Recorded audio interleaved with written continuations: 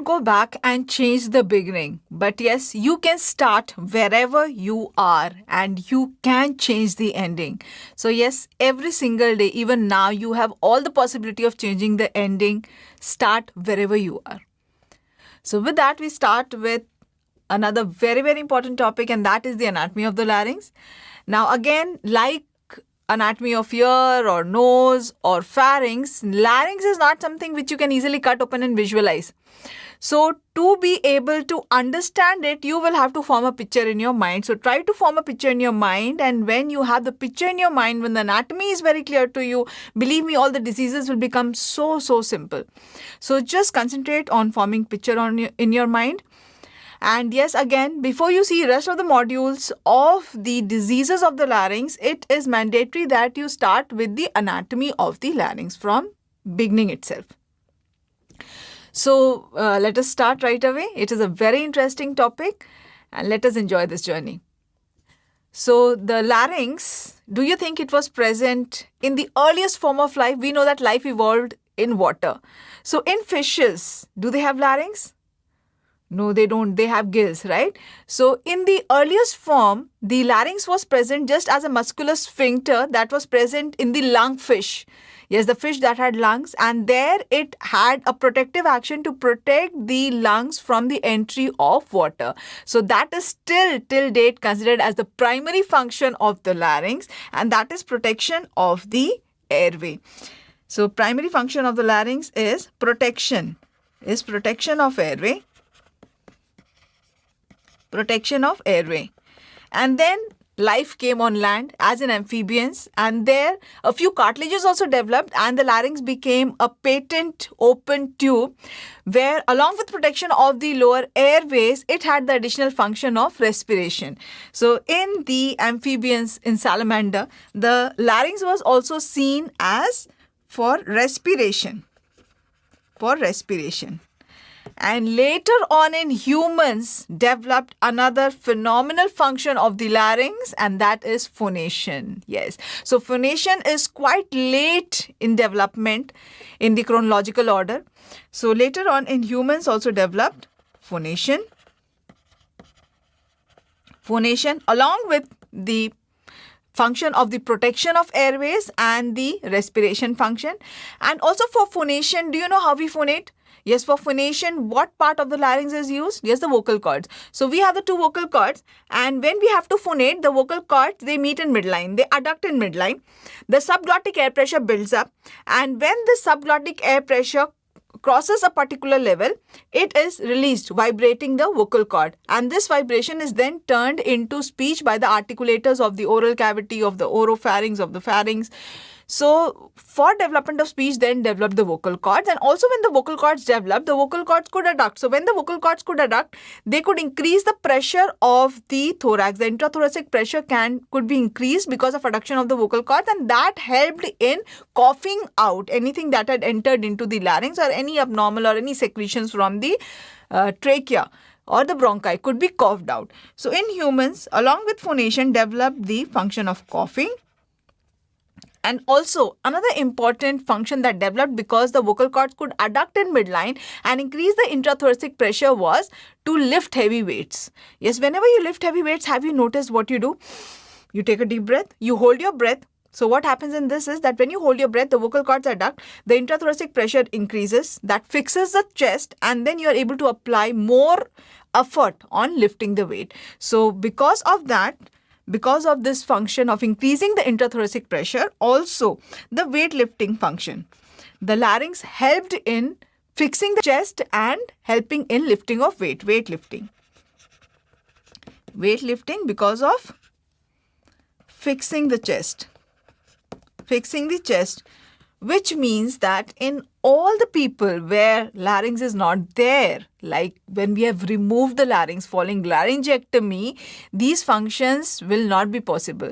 So anybody who has the larynx removed will not be able to lift heavy weights. By chance, he is a laborer by profession, he will not be able to continue that profession. Lifting heavy weights will not be possible. Yes, coughing is not possible. Phonation Not possible, though we have some devices now. So this is what is the main role of the larynx. So where's the larynx present? Yes, all of us know that this here in front is the area of the larynx. So this is the area of the larynx, and the larynx lies just in front of the hypopharynx. So here we have cut the pharynx, the posterior wall of the pharynx. We can see the nose here in front. We can see the oral cavity, and we can see the larynx here, right? And the part that we have cut, that is the part of the pharynx, the nasopharynx, the oropharynx, and the hypopharynx. Yes, the larynx lies in front of the hypopharynx. Why do I say so? Because we have already done the pharynx, so we know what the hypopharynx is, right? Yes, so the larynx lies in front of the hypopharynx, and it extends above from the epiglottis. From above, we have the epiglottis and extends down till the lower border of the cricoid. Yes, so it extends from the epiglottis, from the upper border of the epiglottis above, till the lower limit is the lower border of cricoid. Lower border of cricoid. And can you tell me it lies opposite which cervical vertebrae? Because I have already told you it lies opposite the hypopharynx. So yes, very good. It lies opposite C3, 4, 5, 6 cervical vertebrae. Can you tell me the larynx develops from which arch? Larynx, yes, the larynx develops from the 4th and 6th arch. So the larynx develops from the 4th and the 6th arch. Now, from the 4th arch, we have the upper part of the larynx developing, and from the 6th arch develops the lower part of the larynx. So, from the 4th arch develops the upper part of larynx, and from the 6th arch develops the lower part of larynx. And also, from the 4th arch, there is a part of the 4th arch which is known as hypobrachial eminence. Did we do that also in the development of the tongue? Yes, from the 3rd and the 4th arch, in the midline develops a thickening. This thickening is what is known as hypobrachial eminence. This divides into a cranial and a caudal part. The cranial part is from the 3rd arch, and the caudal part is from the 4th arch. And this hypobrachial eminence forms the base of tongue, that's the posterior 1/3 of the tongue. The anterior part being formed by the 3rd arch, and the posterior most part being formed by the 4th arch. And this hypobrachial eminence also leads to the development of the epiglottis. So yes, the upper part of the larynx is from the 4th arch, and sometimes specifically when it is asked that epiglottis develops from where and 4th arch is not there in the choice. What is given in the choice?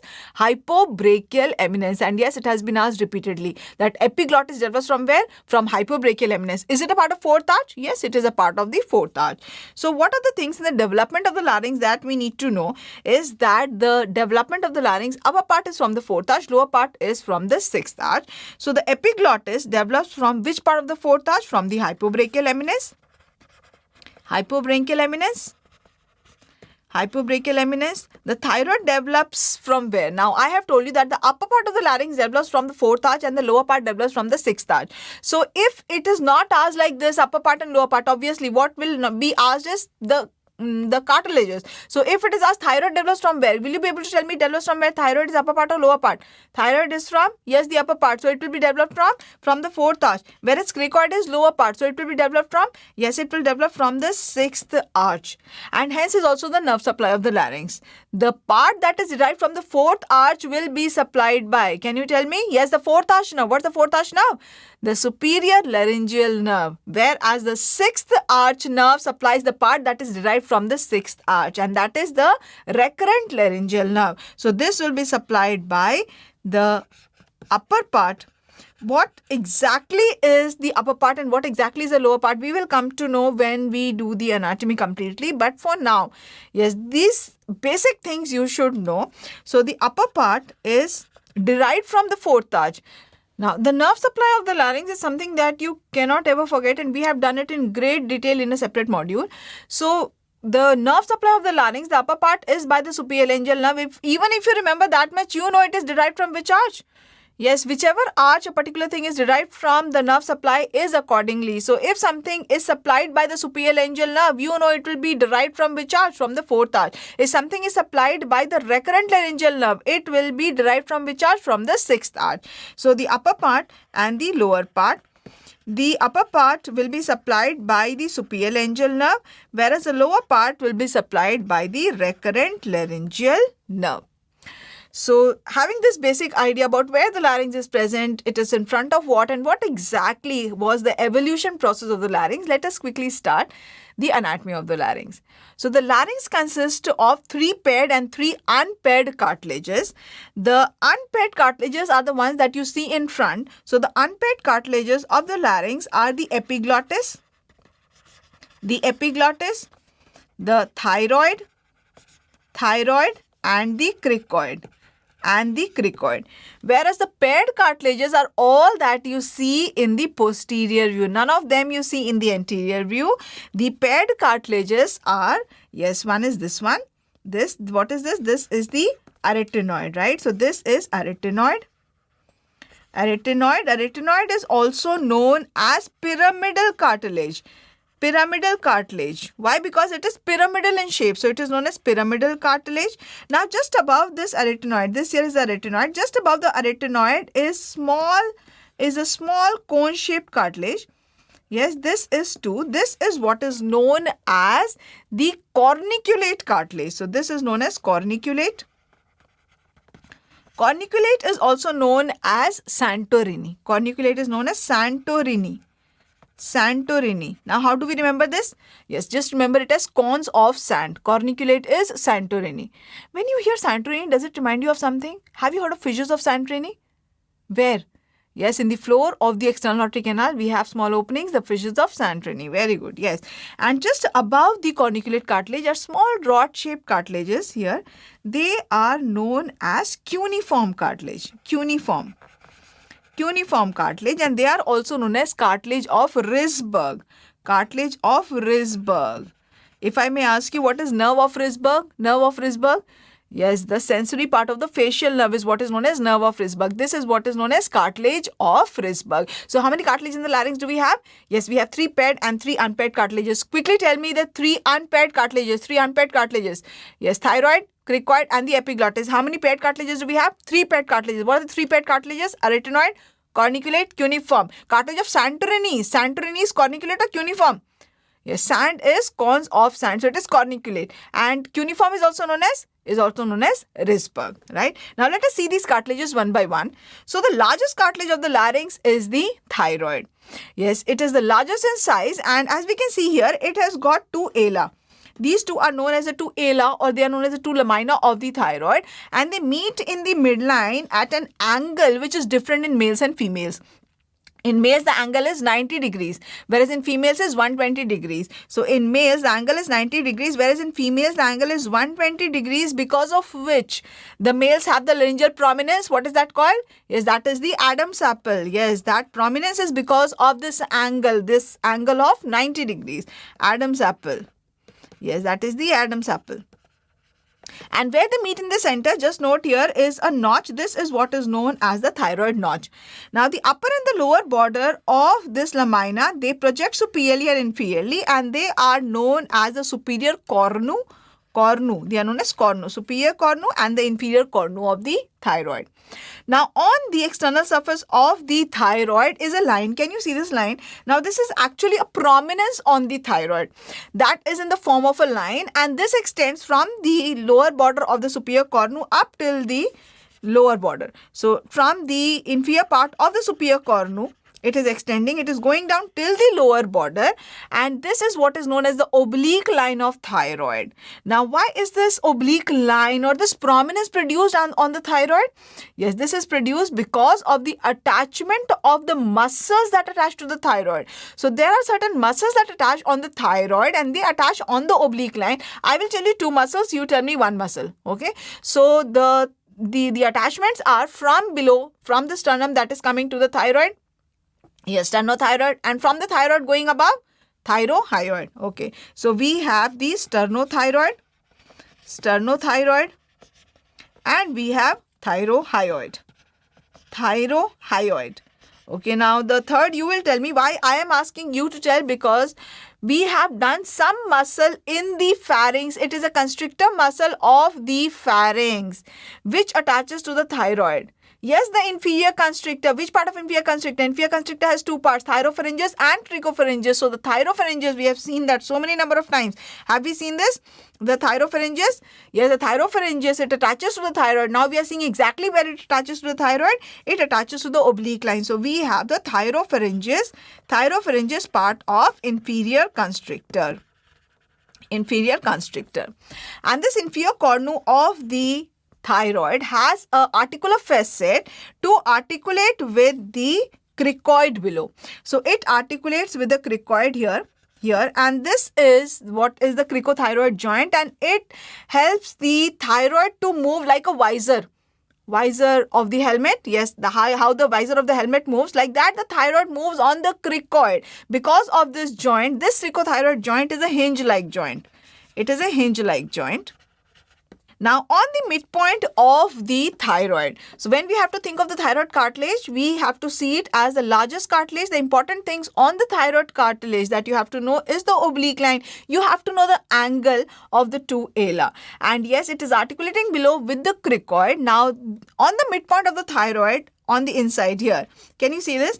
So is attached another unpaired cartilage, and that is the epiglottis. So the epiglottis is in the form of a leaf. It is leaf shape. It is like this. Yes, it is attached like this. Here we are seeing another cut section. We will see in the complete coronal cut section how the leaf of the epiglottis looks like. So this is known as leaf shaped. Because of its shape, it is known as leaf shaped. It is an elastic cartilage, elastic fibrocartilage, and this is attached, just see here, it is attached to the thyroid here, and above the epiglottis is also attached to the hyoid. It is attached to the hyoid by the ligament which is known as hyoepiglottic ligament. The hyoepiglottic ligament, and this divides the epiglottis into a part above the hyoid and a part below the hyoid. The part above the hyoid is what is known as the suprahyoid part of epiglottis, and the part below it is known as infrahyoid. So this here is the suprahyoid. Let us see. Yes, so this here is the suprahyoid,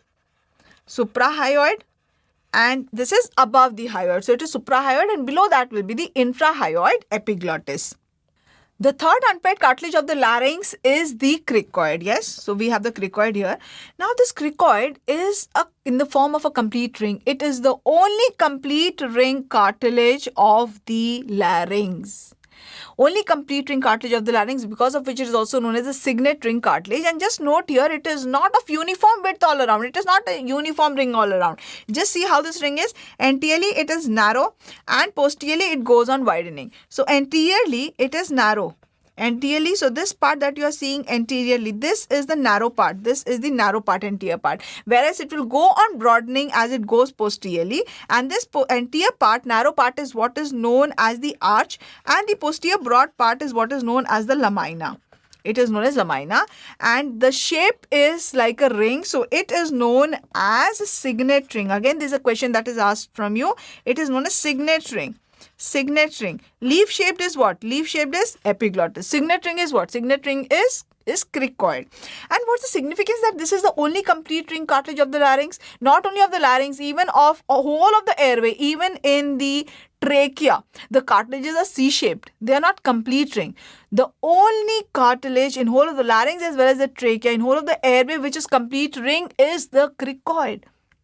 What do you think will be the significance of this? Yes, if there is any injury on the cricoid, any injury heals by fibrosis. So resultant fibrosis, when it occurs, is there any space for expansion in the cricoid? No, all around it is cartilaginous. So ultimately when the fibrosis occurs, what will happen? It will result in laryngeal stenosis. So yes, what is the most common site for laryngeal stenosis? It is cricoid. And why is that the most common site of laryngeal stenosis? Yes, because here we have cartilage all around, no space for expansion, because this is a complete ring cartilage. So yes, the significance is that this is the most common site of laryngeal stenosis. Most common site of laryngeal stenosis. Okay, so if somebody has already had a laryngeal stenosis, right? Whenever we open the trachea to do a tracheostomy, Whenever we give the incision on the trachea, we always give on the second, third, fourth ring. We never give on the first tracheal ring. Why? Because first tracheal ring is just below the cricoid. Yes, just below the larynx starts the trachea, and the lower cartilage of the larynx is the cricoid. So just below the cricoid is the first tracheal ring. So if you're giving an incision on the first tracheal ring, there are chances that you might damage the cricoid. And if you damage the cricoid, what will happen? There will be laryngeal stenosis. Now, if in any patient, yes, all this you will tell me when we do tracheostomy, right? Now, in any patient, there is already laryngeal stenosis. So you are operating for the laryngeal stenosis. So it is understood you are operating on which area? You are operating on the cricoid. So ultimately, again, when the healing will occur, fibrosis will occur, and again there will be restenosis. Yes. So whenever we are operating for laryngeal stenosis on the cricoid, it is mandatory that you use a drug to reduce Synec formation. And yes, quickly tell me that drug. Yes, very good. Mitomycin C. And mitomycin C is used in which other surgeries? In the ENT, just tell me about the ENT also. We use it in ophtha also, pterygium and many other places in the eye also. Tell me in ENT where we are using. Yes, so mitomycin C we use in laryngeal stenosis. In laryngeal stenosis, in fact, this was the earliest use of mitomycin C in ENT. Later on, we also saw that it worked wonderfully to reduce the Synec formation, and we started using in nasal packs. Yes, in nasal packs following FES. In nasal packs following FES. Nasal packs following FES or following septal surgeries. Whenever we are putting a nasal pack, the nose is a very small area. We do not want the fibrosis, we do not want the Synec to form. And also in corneal atresia also we are using mitomycin C. Yes, last year was a question asked. The mitomycin C, this picture was given and it was asked that it is used in which of the following condition. One of the choices was laryngeal stenosis. So this cricoid anteriorly is narrow and it goes on broadening posteriorly. Can you see here? Yes. Anteriorly it is narrow and it goes on broadening posteriorly. And posteriorly on the upper surface of the cricoid sits the paired cartilage, the arytenoid. And this joint of the cricoid and the arytenoid, the cricoarytenoid joint is a saddle joint, and this gives a lot of movement to the arytenoid. So here the cricoarytenoid joint is a saddle joint, and it gives a lot of movement to the arytenoid. Why does it give a lot of movement, and why is movement in the arytenoid required? Yes, now just see what actually the arytenoid is. Arytenoid is a paired cartilage, yes, and it is in the form of a pyramid. It is also known as pyramidal cartilage. Yes. So just see here, this here is the apex. This is the apex. This here is the base. This here is the base. Okay. So it is a pyramidal cartilage. Like just suppose that these are my two arytenoids. This is the apex. The apex is something that you're not seeing, and this is the base. It has two processes. It is like this, right? The one process which goes anteriorly, this is what is known as vocal process. Vocal process, why it is known as vocal process? Because the two vocal cords attach here. And this is what is known as the muscular process. Why the muscular process? Because lots of muscles attach on the arytenoid, and all the muscles which attach on the arytenoid, they do not attach on the apex, they do not attach on the base. Where they attach on the muscular process, the muscular process of arytenoid. So these muscles, when they move, they actually move the vocal cords. They give movement to the vocal cords. So the arytenoid has a lot of flexibility sitting on the cricoid cartilage for variable movements of the vocal cord, and this joint is the saddle joint.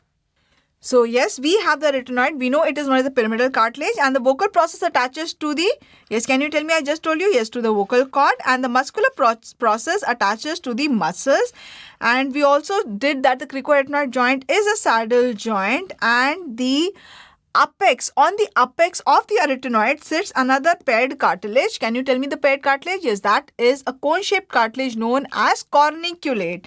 Yes, on the apex is the corniculate cartilage. What is another name of corniculate cartilage? Corniculate is known as cartilage of Santorini, and above that are rod-shaped cartilages which are known as cartilage of Risberg or cuneiform cartilages. So now quickly you're going to tell me which is the largest cartilage of the larynx. Yes, largest is the thyroid. Which is the leaf-shaped cartilage? Leaf shape is epiglottis. Which is signet ring cartilage? Is cricoid. Which is corniculate?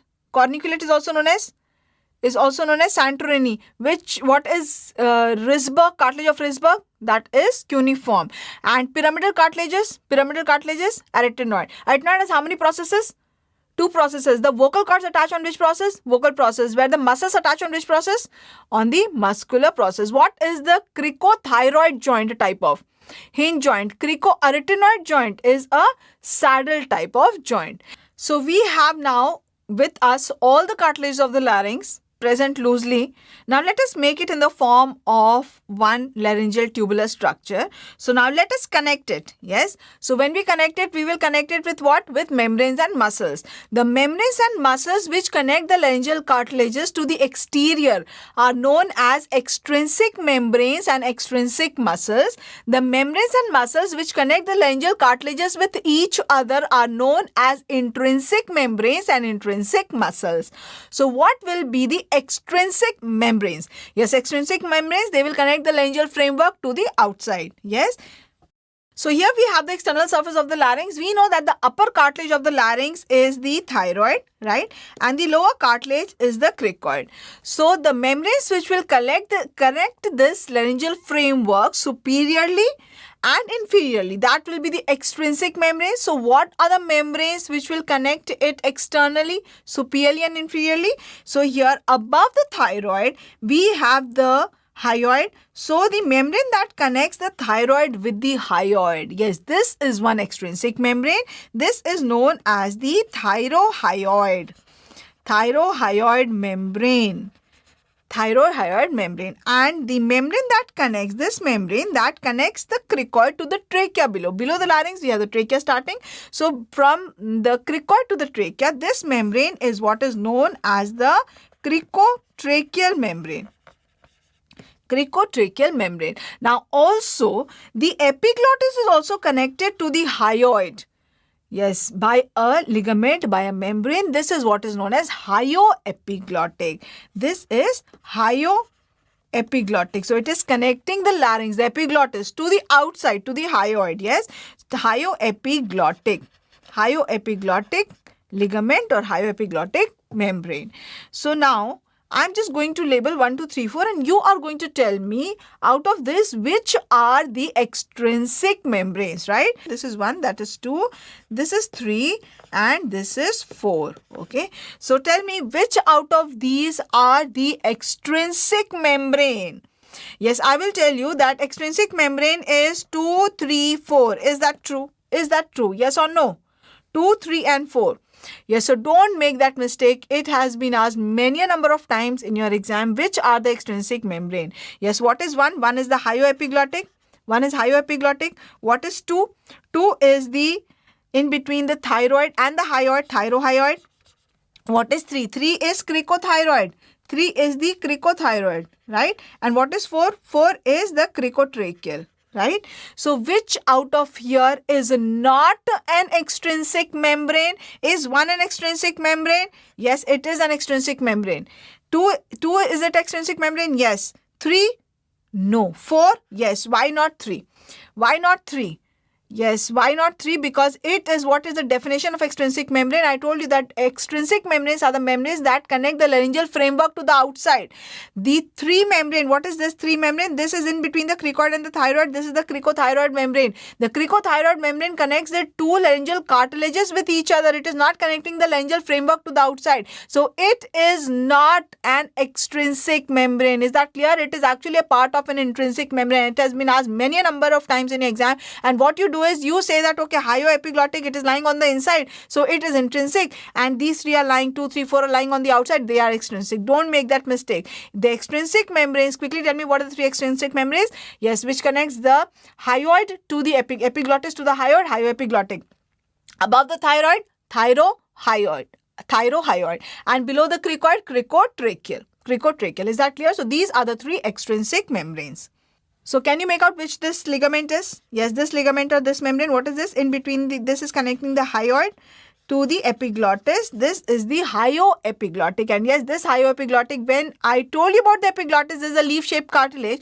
I told you it is connected to the hyoid by the hyoepiglottic ligament, and that divides the epiglottis into a part above the hyoid and below the hyoid, right? So above the hyoid, this part that you are seeing, this is the suprahyoid epiglottis. Now let us see what the significance of these membranes is. Now this membrane between the thyroid and the hyoid, the thyrohyoid membrane is a very important membrane. Why? Because it is through this membrane that the vessels and the nerves that supply the upper part of larynx enter the larynx. Now if I tell you that the vessels and nerves that supply the upper part of larynx, which is that? Yes, the superior laryngeal vessels and nerves, they enter the larynx by piercing the thyrohyoid membrane. So yes, what are the structures that pierce the thyrohyoid membrane? We have to know. So that is the upper nerve of the larynx. What is the upper nerve? Upper nerve is the superior laryngeal nerve. Now we know that the superior laryngeal nerve divides into two, internal and external. Internal laryngeal nerve and external laryngeal nerve. External laryngeal nerve. The external laryngeal, as the name, it remains externally only, right? External remains externally only. The one that enters is the internal laryngeal. So internal laryngeal, when it enters the larynx, it enters by piercing the thyrohyoid membrane. Yes, so we have the internal laryngeal nerve along with the superior laryngeal vessels. So this is the internal laryngeal nerve plus the superior laryngeal vessels. The superior laryngeal vessels. These are branches of superior thyroid artery. Superior thyroid artery. So they will enter by piercing the thyrohyoid membrane, and this question has been asked so many times, and when I have told you the muscles of the pharynx, there also I have told you that the internal laryngeal nerve enters the pharynx also, yes. So where I told you that it enters the pharynx, it enters in between these two muscles. Did I tell you? Yes, it enters in between.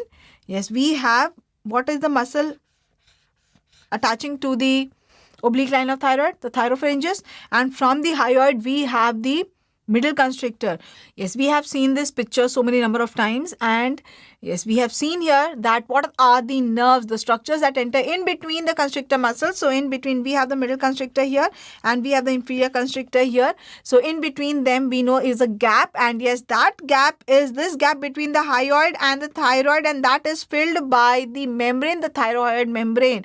And yes, what is the nerve that enters the pharynx in between the middle and the inferior constrictor? Yes, that is the internal laryngeal nerve. So that is very easy to remember. At the upper membrane, upper extrinsic membrane of the larynx enters the upper nerve of the larynx, that is the internal laryngeal nerve. Is that very clear? So this has to be very clear. Why is it important to know? Why am I stressing it so much? Yes, because what does it do when it goes into the larynx? It supplies the upper part of the larynx. It supplies the upper part of the hypopharynx. Yes, so which means that whenever we have to take a biopsy from the upper part of the larynx, yes, how do we take a biopsy? We can take a biopsy from here. Just see here. Yes, this is the epiglottis that we are seeing. This is the upper part. There is a tumor in the upper part of the larynx, right? Now, we have to take a biopsy from this area. Just imagine, where is the larynx? The larynx is down here. Yes, to take a biopsy from the lip, from the skin, from the tongue, it is easy. But if you have to take a biopsy from the larynx, from the upper part of the larynx, how can you do it? Okay, you can do it under GA, but just to give GA to the patient to take a biopsy from the upper part, will it be okay? If we cannot, if we just take the biopsy without giving GA, just under local anesthesia, wouldn't it be wonderful? Yes. So we can do it under local anesthesia. For that, we will have to anesthetize the nerve supply of the upper part of the larynx. And which is that nerve? That is the internal laryngeal nerve. So how do we anesthetize it? We can anesthetize it where it is entering into the larynx. And where is that? That is in between the hyoid and the thyroid, in between the hyoid and the thyroid at the thyrohyoid membrane. So how do you anesthetize? You palpate the greater cornu of the hyoid, and just below that, when you inject the anesthetic, that will go anesthetize this internal laryngeal nerve. And this was the picture that was given to you in your exam and was asked which nerve is being anesthetized. Yes, that is the internal laryngeal nerve. So we had with us all the loose cartilages. Each one of the cartilage of the larynx we know very nicely, and we connected them externally to the external structures by extrinsic membranes. Yes, and we will also connect them to each other. So the membranes which will connect each of the laryngeal cartilages with each other will be known as the intrinsic membranes. Now in the intrinsic membranes we have two membranes. and both of them are named according to the shape. That is how we are going to remember, because there are so many membranes in the larynx. We don't get confused if we just remember that both the intrinsic membranes are named according to their shape. Yes, so one is quadrangular in shape, so it is known as quadrangular membrane, and the other is in the form of a cone, so it is known as conus elasticus. And the conus elasticus is also known as cricovocal membrane. Yes, why it is known as cricovocal membrane, we'll just see in some time. And before we proceed, let us quickly see how the larynx is articulated, how the larynx looks like, and what are different parts of the larynx in the form of a paper model. So if you understand this, what I'm going to show you, most of the anatomy of the larynx will be absolutely very clear to you. And as I've told you, you have to form a picture in your mind. So yes, try to form a picture in your mind. Now suppose if this here is the thyroid cartilage, these are the two ala of the thyroid cartilage meeting in the midline at an angle. Can you tell me this angle in males? Yes, that is 90. In females, 120 degrees. Now if this is the thyroid, where are you sitting? This is the thyroid prominence. So I am anteriorly. Where are you? Yes, you are sitting posteriorly. So suppose you are sitting at the posterior pharyngeal wall and you are having a look anteriorly. Now on the midpoint of the thyroid cartilage, we know is attached the unpaired cartilage, the epiglottis. Now on both the sides of epiglottis are attached two membranes. So if this here is the epiglottis, these are the two membranes which are attached on both the sides of the epiglottis. And yes, this is one intrinsic membrane of the larynx. Can you tell me the shape? Are you seeing the shape? I told you both the intrinsic membranes are named according to the shape. Yes, what is the shape of this membrane? This is quadrangular. So this is known as a quadrangular membrane. The upper border of the quadrangular membrane is what is known as aryepiglottic fold, and the lower border is what is known as false vocal cord. The upper border is known as aryepiglottic fold. Why? Because it is connecting epiglottis to ari. What is ari? Arytenoid. So it goes from the epiglottis to the arytenoid. Where is the arytenoid sitting? Yes, it sits on the posterior surface of the cricoid. So if this here is the cricoid on which is sitting one arytenoid, the other one is little malformed here. So it is something like this. Yes, so this is what is the aryepiglottic fold, and the lower border is the false vocal cord. So quickly tell me one intrinsic membrane that you know now. Yes, a quadrangular membrane. Upper border of quadrangular membrane is known as aryepiglottic fold. Lower border is known as false vocal cord. Now this that you are seeing, this opening that you are seeing, the entry of the larynx, this is what is known as the inlet of the larynx. This is known as inlet of larynx, or it is known as epilarynx. So if I ask you what are the components of the inlet, do you have to ratify? No, you just have this picture in your mind. The epiglottis, the aryepiglottic fold, the arytenoid. Yes, same on the other side. Arytenoid, aryepiglottic fold and epiglottis.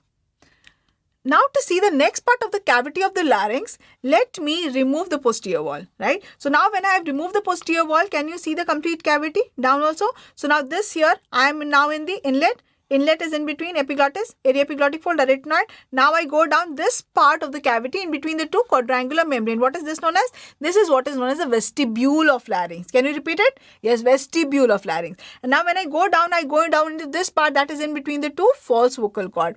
This is what is known as rima vestibuli. Yes, rima vestibuli. Where is the tongue? Where is the tongue?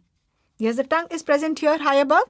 So whenever we eat, the food has to go from the oral cavity to the oropharynx, and from here it has to go through the hypopharynx into the esophagus. But the larynx is coming in between. So how does the food not go into the larynx but directly into the hypopharynx, which is behind the larynx? Yes, so whenever we are eating, what is happening is that the food is coming from the base of tongue. It is when it comes here, the epiglottis falls down. Yes, can you see? Now the inlet has been closed and now the food passes from over the epiglottis into the hypopharynx. Now when you remember the inlet of the larynx, this is very important to remember. Why? Because there are certain conditions in which the inlet is very enlarged. For example, there is an infection of the epiglottis which is known as acute epiglottitis. What will happen in that? The epiglottis will become very acutely inflamed, edematous, very enlarged. Or there's a congenital condition which is known as laryngomalacia. There also the epiglottis is very enlarged, yes, and it is bulky. So in those conditions, what will happen is whenever this patient will lie supine, what is supine? Yes, when he will lie down. Now what will happen whenever he will lie supine? The epiglottis, the bulky epiglottis will fall down and it will close the inlet of the larynx. And this patient, whenever he will lie supine, he will be having respiratory distress. He will have difficulty in breathing. So these patients of either laryngomalacia or these patients of either acute epiglottitis, they never like to lie in the supine position. Always, what is their position? Yes, when they will sit bending forward or when they will lie prone, what will happen? This bulky epiglottis will fall in front and that will open the inlet. Yes. So when you know the inlet, you know what the significance of the inlet is. So this is the upper part of the larynx. Is that absolutely clear? So in the upper part, we have the thyroid, we have the epiglottis, we have the two quadrangular membranes. Upper part of quadrangular membrane, area epiglottic fold, lower part of quadrangular membrane, false vocal cord. So cavity till here, inlet, then we have the vestibule, and now we have the rima vestibuli. Is it clear till here? Now in the lower part of the larynx, we have the complete ring cartilage. Yes, what is the name of this complete ring cartilage? Yes, this is the cricoid. From the upper end of the cricoid comes another membrane in the form of a cone. Yes, this part of the cone you are seeing as open, but actually it is in the form of a cone, it is closed. And can you tell me the name? Yes, this is the other intrinsic membrane. Yes, the conus elasticus. The upper border of this conus elasticus forms the true vocal cord. So that is why this conus elasticus is also known as cricovocal membrane attached to the cricoid below, and upper border is the true vocal cord. Now when we see it as the whole larynx, this is like this. We have the thyroid, the epiglottis, we have the quadrangular membrane, and here on both the sides we have the conus elasticus. Yes, is that clear? This here is the conus elasticus, or this is also known as cricovocal membrane, and the upper border of the cricovocal membrane or the conus elasticus is what is the true vocal cord. Okay, now see this very, very carefully, right? At the level of the true vocal cord, the larynx is known as glottis. Sometimes I see you saying that glottis means the whole of the larynx. No, what is larynx? What is glottis? Glottis is only the part of the larynx that is at the level of true vocal cord. At the level of true vocal cord is glottis. Above that, everything is supraglottis, and below that is what is subglottis. So if I ask you that, tell me the components of supraglottis, will you have to ratify, or just can you just, if you have this picture, you will be able to tell me? Yes, what are the components of supraglottis? We have the epiglottis, we have the area epiglottic fold, we have the quadrangular membrane, we have the false vocal cord, right? And can you see in between the false and the true vocal cord there is a gap? Yes, this gap is what is known as the ventricle. Ventricle. So if I ask you the components of the supraglottis again, so yes, there will be epiglottis, area epiglottic fold, quadrangular membrane, false vocal cord, and ventricle. Yes. Now, talking about the cavity of the larynx, you tell me the cavity of larynx up till here. I will tell you below that. Yes. Okay, so it is your work first. Tell me first. Yes, we have the inlet. This here is the inlet. Now I am in vestibule. Now in rima vestibuli. Yes, in between the two false vocal cord. Now I am into part of cavity that is in between the false vocal cord and the true vocal cord. What is this known as? This is known as the ventricle. And now when I come down, I am into this part of the cavity that is in between the two true vocal cord. This is known as rima glottidis. And now I come down, this is the subglottis. Is that clear? So inlet, inlet, vestibule, rima vestibuli. Yes, tell me now. This is ventricle, rima glottidis, and now this is the subglottis. Now we know that cricoid is a common wall. Anterior to the cricoid is the larynx and posterior to that is hypopharynx. Yes. Now on the side here, we know that in the hypopharynx we have mucosal folds that have been created because of the projection of the larynx into the hypopharynx. So yes, the larynx does not communicate with the hypopharynx. This fold of mucosa on both the sides, it is on both the sides. On one side I have not covered it, I have removed that mucosa, and on the other side it is covered. So yes, this folds of mucosa separate the larynx completely from the hypopharynx, and this is what is known as the piriform fossa. We have already seen, yes, the parts of the hypopharynx. We have the piriform fossa, we have the postcricoid, and you are standing at the posterior pharyngeal wall. Now just note this space. Can you see this space? this is a space that is lateral to the larynx.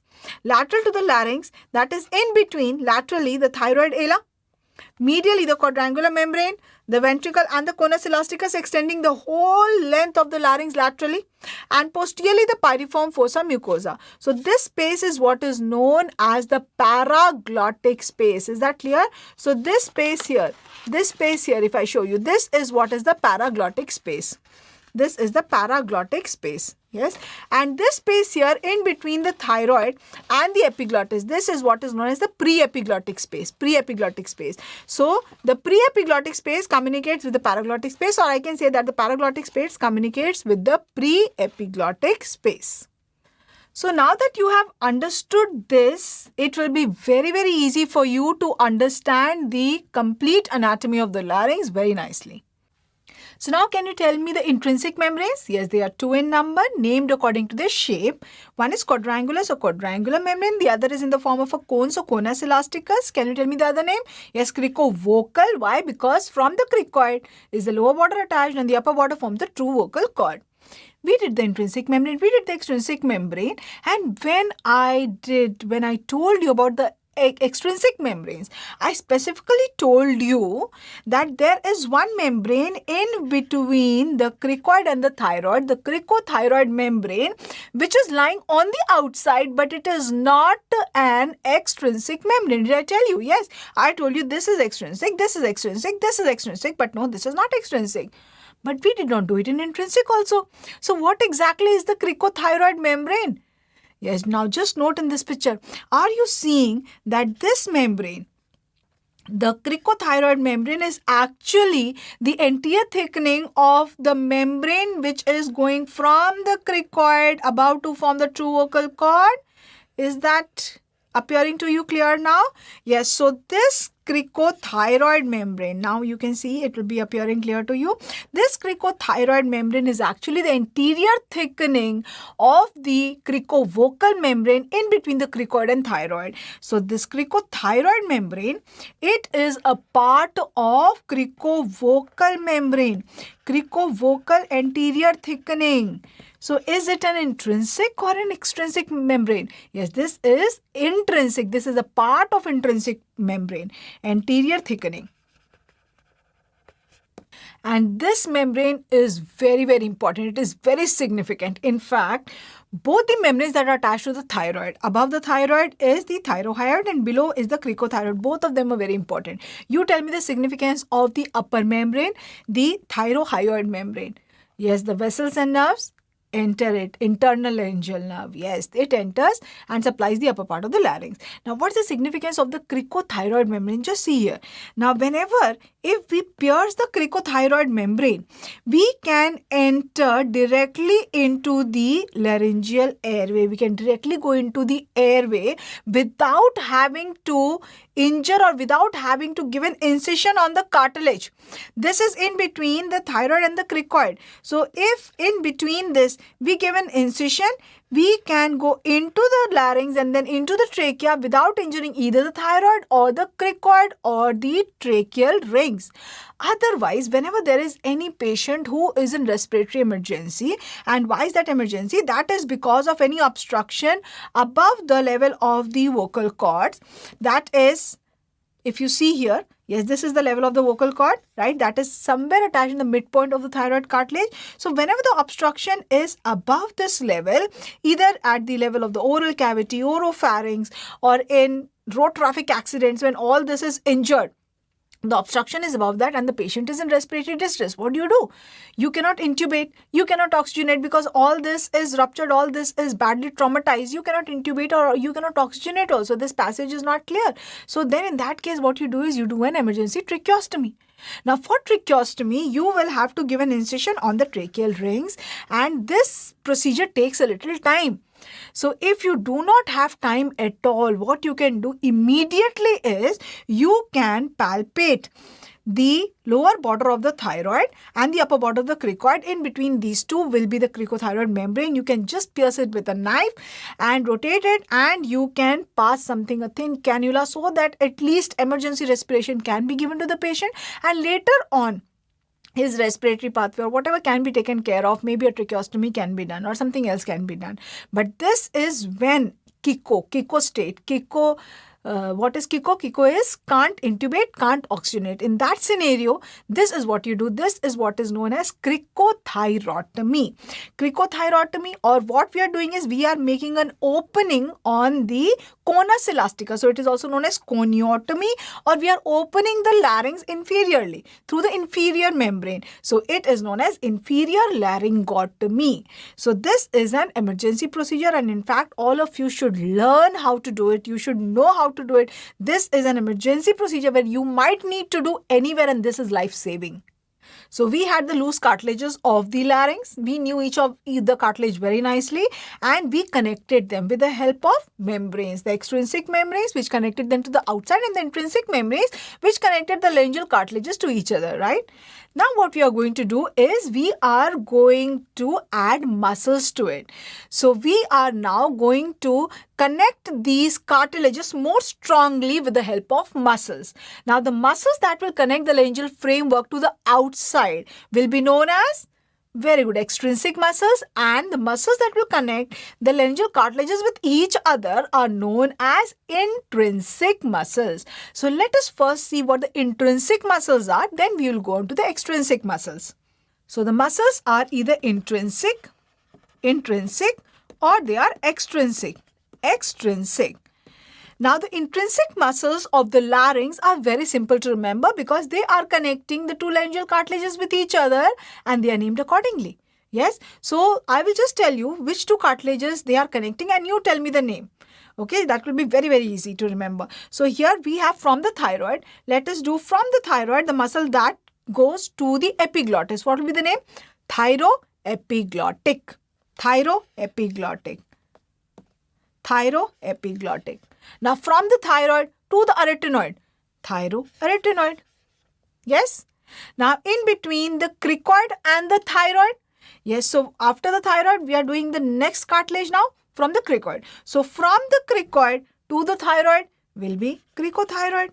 Yes, cricothyroid is in two parts, vertical and the oblique part. That is not important to remember. What is important to remember? Cricothyroid. When you're seeing the cricothyroid, that is in between the cricoid and the thyroid, just note here the thyroid and the cricoid. On the external surface, are you seeing any other muscle other than the cricothyroid muscle?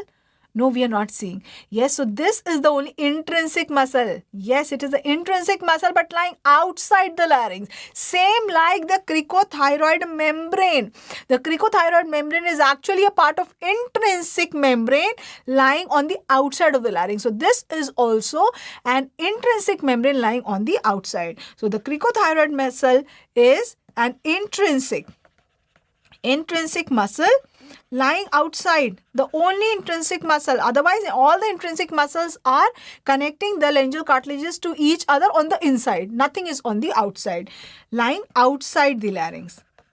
Okay, now from the cricoid, we were doing the muscles. So from the cricoid to the thyroid is the cricothyroid. From the cricoid, will also go to the arytenoid. To the arytenoid will be the cricoarytenoid. Now cricoid is a complete ring. So some muscle will go lateral. That is known as lateral cricoarytenoid. This is lateral cricoarytenoid.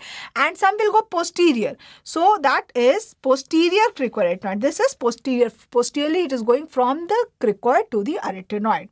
Posterior cricoarytenoid. Now in between the two arytenoids, we have the interarytenoid. And in between the two arytenoid runs another muscle that goes obliquely. Yes, just see here it is going obliquely. This is known as oblique arytenoid. And this oblique arytenoid, just see here, it also goes to the aryepiglottic fold. So it goes from the arytenoid to the epiglottis in the aryepiglottic fold. And this is what is known as aryepiglottic. Aryepiglottic. So the names of all the muscles not important to remember. We do not need to remember what are the names of the muscles, and anyway they are not difficult. How many cartilages do we have? The main cartilages, we have the thyroid, we have the epiglottis, we have the cricoid and the arytenoid. Right? These are the main cartilages. So the muscles are named accordingly. Thyroepiglottic, cricothyroid, thyroarytenoid, interarytenoid, cricoarytenoid. Yes, so they are named accordingly. That is not difficult and that is not asked also. What is asked is, and what is important for us to remember is the functions of these muscles. Yes, the functions of this muscle. But before we start with the functions, also what is asked is to identify these muscles. The picture is given, either any of these pictures, if it is given, will you be able to identify which muscle it is? Because what is asked is the picture of the muscle is given, and it is asked, for example, this muscle is given here, and it is asked that what is the function of this muscle, or what is the nerve supplying this muscle. So we should be able to identify which muscle is being talked about, and that is very simple to identify. We just have to see it is going in between which two cartilages. Now sometimes a picture like this is given to you. So when this picture is given to you, will it be difficult for you to identify what the muscles are? No, it is not difficult. All you have to do is identify the cartilages. How do you identify the cartilages? Yes, this cartilage is which cartilage? This is the thyroid. We know this is the thyroid, right? And now here we have the completing cartilage inside that. This one, this is the cricoid. And here we have the arytenoid. This is the muscular process, and this is the vocal process. The muscular process, and this is the vocal process. Yes, I told you that the muscular process goes laterally, and the vocal process is the one that attaches to the true vocal cord, right? Now, if we just know this much, we will be able to identify each and every muscle. Now, let us try to identify one by one. Okay, so this is first, try to identify this one. Which was this? This is in between the thyroid and the cricoid. Yes, so which is this? This is cricothyroid. Very good. This is cricothyroid. Okay, now in between the thyroid and this here is the arytenoid. In between the thyroid and arytenoid, yes, this is thyroarytenoid. So this muscle is what is thyroarytenoid. So this muscle is thyroarytenoid. Now please note here, the thyroarytenoid, can you see it's a very broad muscle? Now this has been named differently. This lateral part is known as thyroarytenoid, whereas this medial part, which lies just next to the true vocal cord, this is what is known as vocalis. Vocalis, which means that suppose this here is the true vocal cord, right? This is the true vocal cord, and this is which muscle? This is the muscle. The true vocal cord goes from the, it attaches to the vocal process of arytenoid, and it goes to the thyroid. So it is going in between the thyroid and the arytenoid, the true vocal cord, right? Now the muscle that is attached just next to the true vocal cord, yes, this will also go from the thyroid to the arytenoid. Which muscle is this? This is the thyroarytenoid muscle. Now this thyroarytenoid muscle, the medial most part which lies just next to the true vocal cord, this is what is known as vocalis. And this is what is known as, the lateral part is what is known as thyroarytenoid. Actually, it is a vocalis is the medial part of thyroarytenoid muscle. Why it has been named separately, differently, is that because when the true vocal cords, when this muscle contracts, when the vocalis muscle contracts, what happens is that the true vocal cord, what is happening? What is happening? Yes, the true vocal cord is relaxing. So the vocalis is reducing the tension of the vocal cord. It is the relaxer of the true vocal cord. Now, we have the two arytenoid. Okay, so we identified one, this one. We identified two in between the thyroid and the arytenoid. In between the thyroid and arytenoid, we identified this is the thyroarytenoid. 3 is the vocalis. Yes, and now identify 4. Will you be able to identify 4? That is in between the two arytenoid. In between the two arytenoid, yes, interarytenoid. Okay, now identify 5, this one. What is this? This is in between the cricoid. This here is the cricoid, the complete ring. Yes, cricoid and the arytenoid, and coming from posteriorly, that is the posterior cricoarytenoid. Whereas this muscle, this 5, this is 6, this is in between the cricoid and the arytenoid, but it is going laterally, right? So this is lateral cricoarytenoid. So now I will just mark a few muscles and you are quickly going to tell me what the names of these muscles are, okay? Tell me this. Tell me one. What is this? Yes, this is posterior cricoarytenoid. Very good. 2. What is 2? What is this? Yes, this is cricothyroid. What is 3? This is, yes, just next to the true vocal cord. What is that? Yes, that is vocalis. What is 4? What is 4? 4. This is 4. Yes. That is lateral cricoarytenoid. Okay, so now that we are able to identify all the muscles, and that was simple because they are just connecting to cartilages, the name is accordingly. What we need to know is the function of these muscles. And the function, according to the function of these muscles, they are divided into 2 groups. The muscles that act on the inlet and the muscles that act on the true vocal cord. True True vocal cord we know is what is glottis, right? So true vocal cord, at the level of true vocal cord, the larynx is known as glottis. I just showed you in the paper model. Yes, so the muscles that act on the true vocal cord, sometimes they are asked as that, what are the muscles that act on the glottis? It means that what are the muscles that act on the true vocal cord. So let us first see what are the muscles that act on the inlet. Now, what are the muscles that act on the inlet? Why will any muscle act on the inlet? Inlet, we know what is the inlet. Yes, so the muscle that will act on the inlet will act either to open the inlet or to close the inlet. So if I'm talking about opening the inlet means that the epiglottis is coming close to the thyroid. Tell me the muscle. Epiglottis is coming close to the thyroid. Inlet is opening. Which muscle? Thyroepiglottic.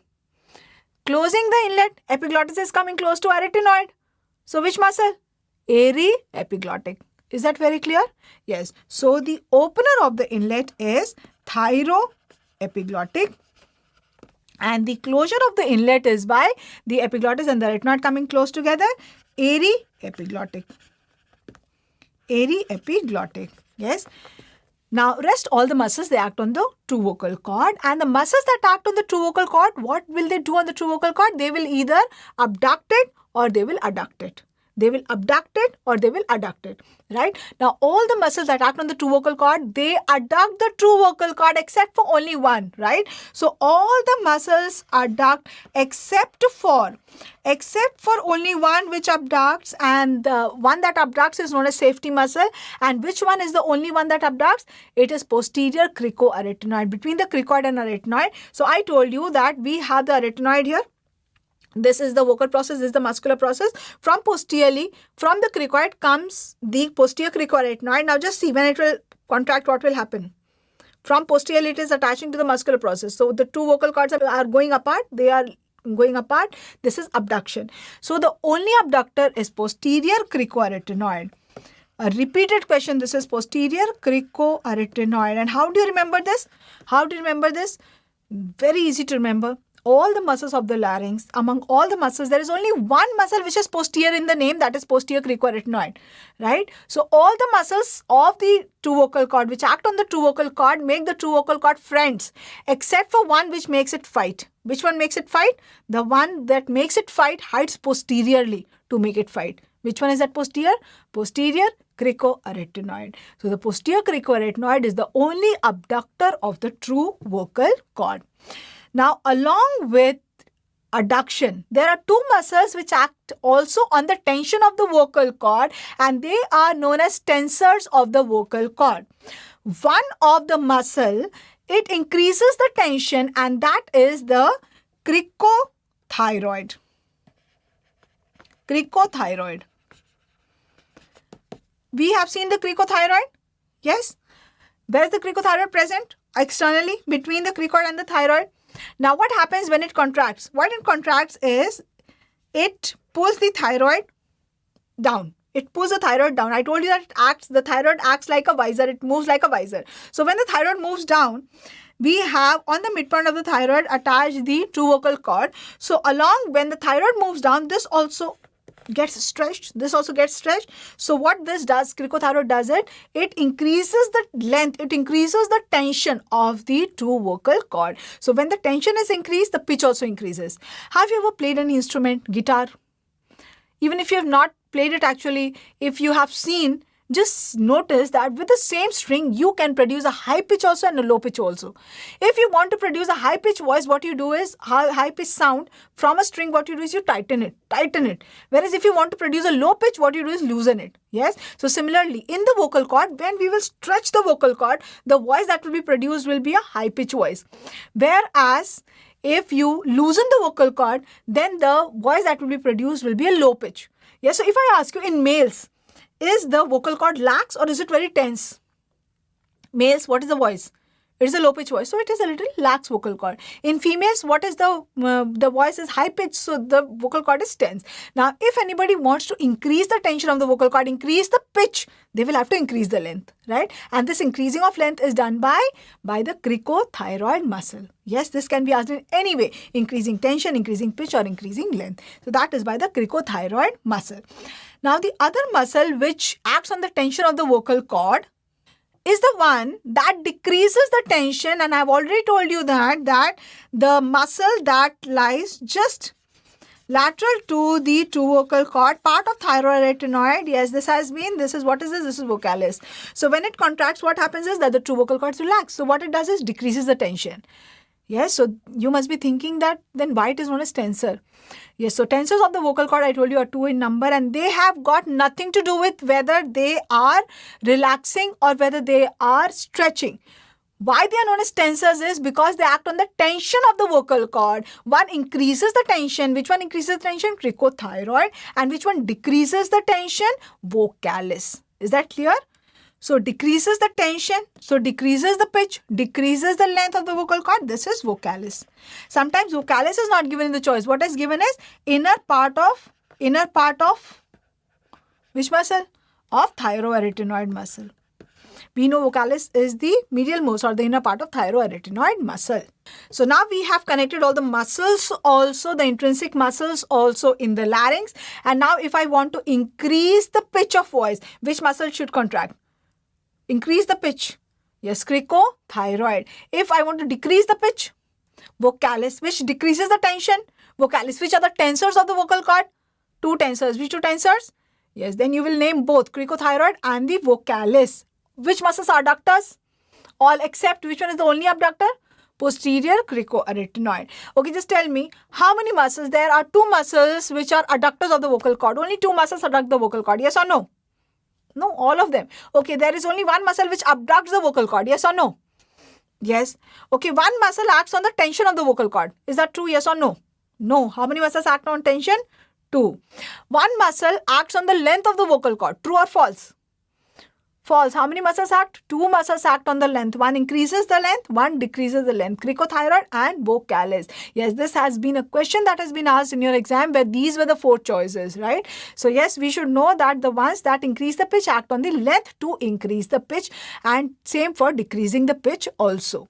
Now you are going to tell me which is the only intrinsic muscle that lies outside the larynx. Intrinsic muscle lying outside. Yes, very good. The cricothyroid muscle, which is the only unpaired muscle of the larynx. This is for you. Unpaired muscle of the larynx. Unpaired. Think. Unpaired. Interarytenoid. In between the 2 arytenoid. This muscle is unpaired. Which is the only intrinsic muscle of the larynx with dual nerve supply. Dual nerve supply means 2 nerves supplying it. And I will give you the hint. The 2 nerves are not the superior and the recurrent, but it is recurrent laryngeal nerve of both the sides. It will be which muscle? Yes, the interarytenoid. Interarytenoid is unpaired. Unpaired. So it is supplied by the recurrent laryngeal of both the sides. So yes, this is what we need to know. The only intrinsic muscle lying outside is cricothyroid. Cricothyroid. Only unpaired is interarytenoid. Interarytenoid, also known as transverse arytenoid. Transverse arytenoid. And only intrinsic muscle with dual nerve supply is same, transverse arytenoid or interarytenoid. Which is the muscle with opens the inlet is yes, the thyroepiglottic, and which one closes is aryepiglottic. If I ask you aryepiglottic is a part of which muscle? Aryepiglottic is a part of. Is it a part of oblique arytenoid? Yes or no? Yes, it is a part of oblique arytenoid. We saw this picture. The aryepiglottic is a part of oblique arytenoid, from the oblique arytenoid. So now we have connected the laryngeal cartilages with each other, which muscles now? Now let us fix it to the exterior also with the help of extrinsic muscles. Now why are the extrinsic muscles important? Yes, the extrinsic muscles, they are important because they help the larynx to move along with the other structures during swallowing. Yes, during swallowing. When we swallow, the hypopharynx also moves, the base of tongue also moves, along with that the larynx also moves up and down. Yes, so this elevation and depression of the larynx during swallowing is with the help of extrinsic muscles. So which are the extrinsic muscles which will depress it and which are the ones that will elevate it? Yes, so the ones that will depress it, the ones which will be depressing it, it is, just remember it like this, which will come from down, yes, from below, which is attached from below, that is which will depress it. So which are the muscles which are coming from down? From the sternum we have the sternothyroid. We have the sternothyroid. Yes, from the sternum to the thyroid. Then from the sternum to the hyoid, we have sternohyoid. And we have this muscle. Which one is this? Omohyoid. Omohyoid. So these will depress the larynx, and which will elevate it? Yes, remember which will elevate it? Remember all the muscles that are coming from above to the laryngeal cartilages, which are below. So when they will contract, they will elevate the larynx. Yes. So which are the elevators? Yes, we have the longitudinal muscle of the pharynx. The longitudinal muscles of the larynx, they have different origin level. Which are the longitudinal muscles?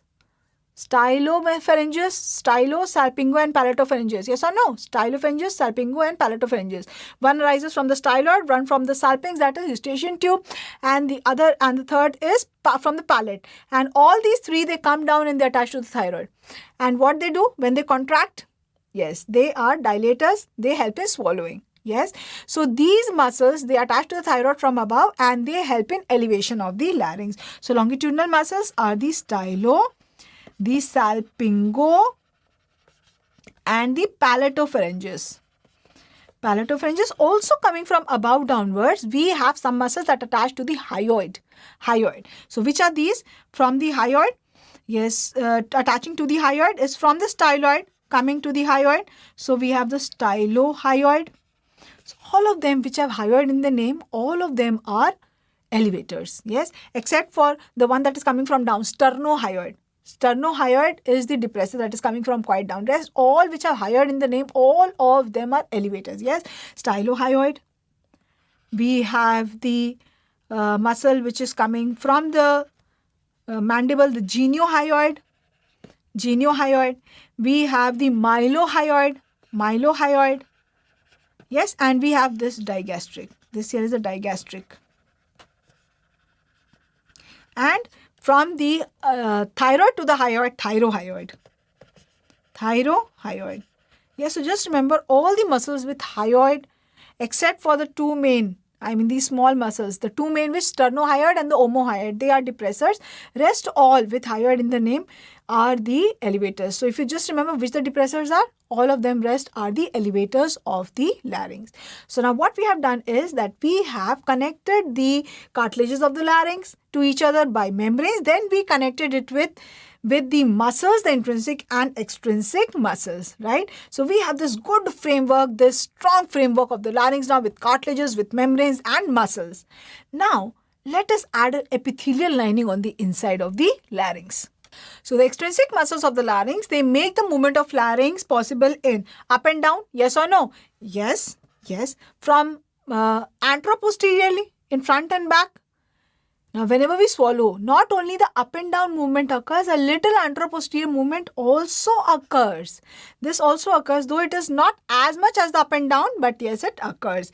And side to side does not occur by itself, but we can passively do it.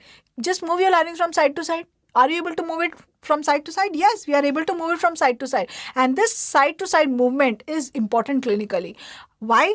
Because when we push the larynx posteriorly and move it from side to side, so the posterior cartilage of the larynx, we have the cricoid, and behind in the posterior pharyngeal wall, we have the vertebrae. So when the cricoid rubs against the vertebrae, when you are pushing the larynx posteriorly and moving it side to side, you are pushing the larynx. The cricoid is coming to touch the vertebrae and it is moving on the side. Do it and see. You will be able to feel a laryngeal crepitus, a sound, a feeling of crepitus. That is what is known as laryngeal crepitus. It is normally supposed to be there. But if there is any carcinoma behind the cricoid, like a post-cricoid carcinoma, this laryngeal crepitus is absent because these two bony surfaces are not able to meet each other. There is a mass in between these two. So yes, laryngeal crepitus is absent in post-cricoid carcinoma. So now what we have done is the loose cartilages of the larynx we have connected with the help of the membranes, the extrinsic and intrinsic, and we have also made it strong by connecting it with muscles, extrinsic and intrinsic, right? So we have a strong laryngeal framework with us, with cartilage, with membranes and muscles now. Now let us add epithelial lining on the inside. We know that whole of inside the nose, the oral cavity, oropharynx, everything is lined by epithelium. So now let us line the epithelium. Which epithelium will you take to line the larynx? Do we have secretions in the larynx? Yes, so wherever we have secretions, what is epithelium there?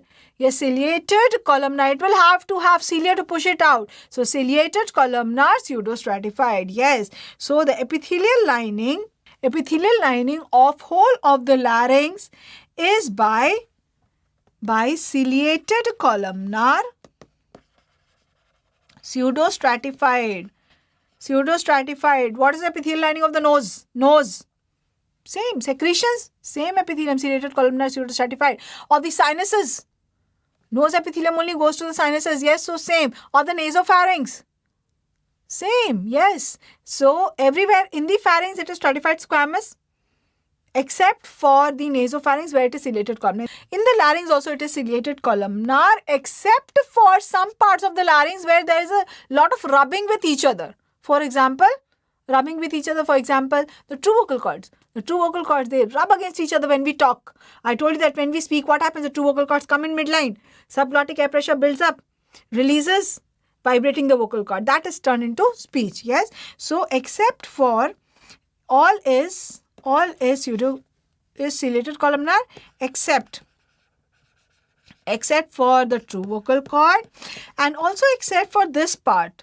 Yes, just see here, this part, the epiglottis, the upper part of the epiglottis and the upper part of the aryepiglottic fold. They also have to close again and again whenever we swallow, right? So they also have to again meet this part of the arytenoid surface. So this part of the epiglottis and the upper part of epiglottis and the aryepiglottic fold, that is also, both these are lined by stratified squamous. Keratinized, non-keratinized.